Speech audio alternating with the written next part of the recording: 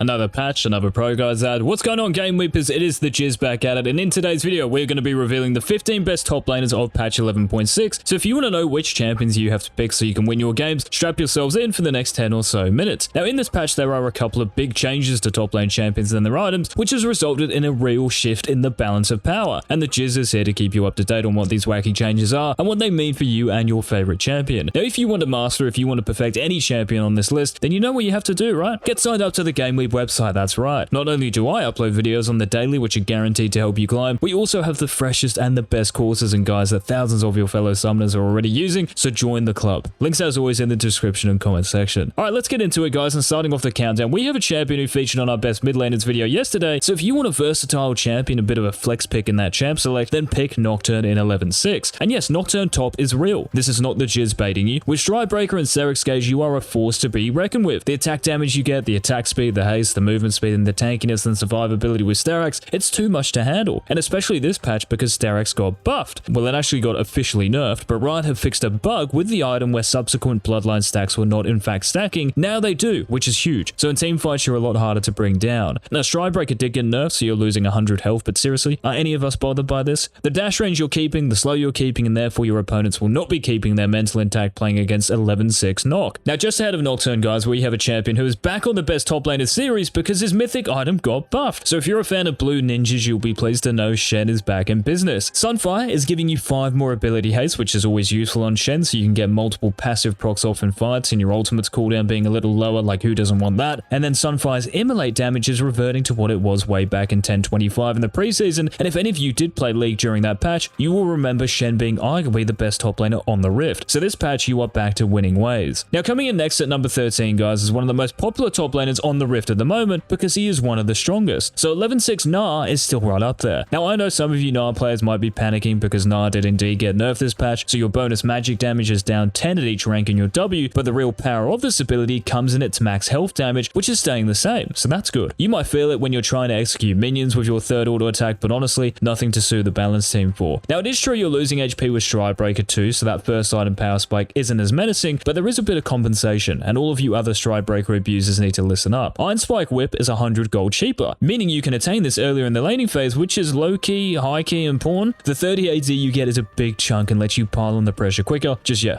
Banner earlier. Now, ahead of Gnar, guys, we have the 4th best top laner from 11.5, so a patch ago, who you can still solo carry on this patch. He just took a bit of a revert. So 11.6 Urgot, guys, is still a more than viable top lane pick. Okay, so Riot reverted the 11.4 buff so that your W's on hit is back to 50%, but building Titanic Hydra into Black Cleaver or Stridebreaker is still good. It's not like you're going to stop applying the on-hit cleave passive from Titanic, so you might not hit as hard when you purge your opponents, but you're still going to purge them. The loss of health in Stridebreaker, yeah, makes you easy to kill, that's true, but you have the stickiness you desperately need to avoid being kited in lane and in team fights, so it could be a heck of a lot worse. On the whole, the god is in a really good spot in 11.6. Now, this next champion, guys, was the strongest of all top laners a few patches ago, but ever since Stridebreaker got buffed and a few other items and champions got buffed, Cho'Gath has dropped in the rankings, but remains a great consistent pick. You have Frostfire Gauntlet, you've got Thormail, Force of Nature, Gargoyle Stoneplate, all your major items are in mint condition, and it should also be noted that because of the major Seeker's Arm Guard nerf, more AD champions are going to be seen on the Rift, and this is where that Bramble Vest and Plated Steel Cats Rush comes in super handy. You become unkillable and the tank that everyone hates playing against, so 11.6 Cho, guys, still an OP pick. Now, another OP pick in kicking off the top 10, guys, is a champion benefiting from a couple of changes this patch, and if you can play her, the sky is the limit. So for Riven, guys, 11.6 is the opportune time to play her. The Serix Gauge bug fix is a massive help, making you even harder to kill in the later stages of a game, and the Iron Spike Whip decrease in price means your first back timer is easier to get to, and you can impact the map earlier. And how can we forget that 11.3 buff that decrease your E's cooldown by 2 seconds at each rank? With Gordrinker's ability haste and max rank Valor, you have a dash and shield every 3 seconds. Let me know in the comments, by the way, if you've had to play against this in Season 11. So 11.6 Riven, guys, can't get much better. Just make sure to use your passive when you're comboing. Now, I have mentioned Shen and Cho'Gath, who are both excellent choices if you prefer tanky top laners, but I've got a champion who's even better. So with Sunfire Aegis getting buffed, Poppy is a beast in 11.6. The extra haste improves your laning and team fighting, and the the extra damage is going to be awesome for your dueling. Like I said for Cho'Gath, you are also one of those AD cucks who can rush a Bramblefest into plated steel caps, and your opponent can't touch you until they spend another 10,000 gold. And one last selling point. Aren't you fed up of playing against Camille, Tryndamere, Jax, Riven, Fiora? Well, Poppy is a great counter pick. Their engage is thwarted by your W and ultimate and late game teamfights, and she's also really easy to play. So if you want to win with minimum effort in 11-6, guys, Poppy is ideal. Now, I think it's time for another Stridebreaker abuser. What do you guys think? And spinning his way in at number 8 on our countdown is indeed Garen. So if you're a fan of Demacia and ulting people for 1k damage, the Gaz is waiting. With Stridebreaker's dash and slow, you become incredibly hard to deal with for anyone. The Sterak's bug fix as well is a big ass bonus that will help you headbutt teamfights and come out the other side of them. And like Poppy, it's very hard to fail on Garen. You're hard to kill because you're passive in your W, and you can one-shot squishies while building off-tank items. So Garen stays close to the top in the 11-6 countdown. Now, another champion staying close to the top, well, she might well be the most complained about champion in the game, and no, it's not Akali, it is Camille. Now, in 11-4, guys, when Riot declared they were nerfing Camille, I don't think I've seen that much delight among top laners because most of us thought that true damage in her Q was going to finally get hit. But no, it was just her W's cooldown, and this is the main reason why Camille is still a busted top laner. You know, you're keeping all of that ridiculous damage. I mean, how many of you have been kicked in the head by Camille this season? It hurts, right? Now, Trinity Force may be one of the worst mythics in the game, but when you have a lead, you can still snowball super hard, and the Sterak's fix once again is a major positive this patch. Still one of the best tops going around, so pick Camille in 11-6, guys. Now, coming in at number 6 is the number 1 top laner from last patch, and it may seem severe, you know, a 5-place drop, but you could well make the case that 11-6 Darius is just as good. The cheaper Iron Spike Whip, the Stridebreaker active, the Sterak's bug fix, how many times have I said that so far in this video, by the way? It's all very powerful, and just the fact you're Darius, I guess, as well helps. But your Stridebreaker spike is weaker. 100 less health doesn't mean much for most champions, but for Darius it does. Your Q's heal is stronger the more health you have, so in those intense 1v1s in the top lane and side lanes later in a game, there's more chance of hitting the deck. Nevertheless, Darius's kill threat is as high as any top laner in 11-6, so no reason to not pick him, guys, when he's not banned, that is. Alright, we're into the top 5 top laners for 11-6, and before we send it, guys, one last friendly reminder from the Jizz to check out the GameLeap website if you want to get to Challenger, helping you improve. It's what we do, and I do it daily because that's how often I post videos to the website, so for guaranteed success this season, get your fingers moving and click on one of the links down below. Alright, starting off the top 5, guys, we have a champion who has consistently been one of the best top laners ever since he got buffed in 11-1. Now, this patch, nothing really affects you or your items, but there is one intricate detail that puts Nasus into the top 5, and this is that AD champions are going to see a rise in play because mages are weaker than wet lettuce with that Seeker's Arm Guard nerf. In turn, this means that you are more effective because you're Wither, you're Steel Caps, and Frozen Heart, and this is the trump card, and we ain't talking Donald. You even have Aurelias and Fioras building shield bow these days, and Nocturne in the top lane as well, so negating that attack speed is a turbo giga advantage. On top of that, your Divine Sunder and level 9 spikes are two of the strongest on the Rift, and if you survive that early game, it's game over for the other team. You will be caning everyone. Right now, who can be stronger than Nasus? Well, I've got someone. So with the Sterak's fix, there is no doubt bruisers and fighters will get played more, and one champion in that class can bash all the others because of his OP early game and innate tankiness because of his passive, and that's Wukong, who is featured on every edition of our best top laner series. Well, I think so anyway. That's how good he is. You're also getting a skin this patch, so don't be surprised if Riot buff you next patch as well if they are making bang from it. Now, but seriously, guys, Wukong has everything you want in a top laner. You've got engage, disengage, tankiness, DPS, setup, and synergy with the infamous Season 11 shop, which is probably the most important thing. The fact you can build 3 brews of mythic items is an advantage very few, if any, other top laner has. So if you're stomping lane, you can get a Trinity Force. If you want sustain, you get a Gore Drinker. And if you're against a bunch of green bars, Divine Sunderer. The Kong still has one of the highest win rates out of all top laners, guys, so pick him up. And did I mention that you have 2 ultimates? Now, these next 3 champions, guys, you could put either one of them at the top of the pile because they're that broken this patch. But coming in at number 3 is the best tank in 11-6. So if you want a champion even better than Cho'Gath, Poppy, and Shen, it's showtime for Malphite. Now, I think we all know by now that you are the ultimate counter to AD champions, right, because of your armor. Well, you're even more impossible to play against for those champions because of the Sunfire buff. It now offers the same ability haste as Frostfire Gauntlet, which is the mythic some of you might still be building, and more damage. It might be more expensive, but the Jizz calls that worth. The Rock has close to a 55% win rate in high elo right now, guys, and you know why? Yeah, he's busted.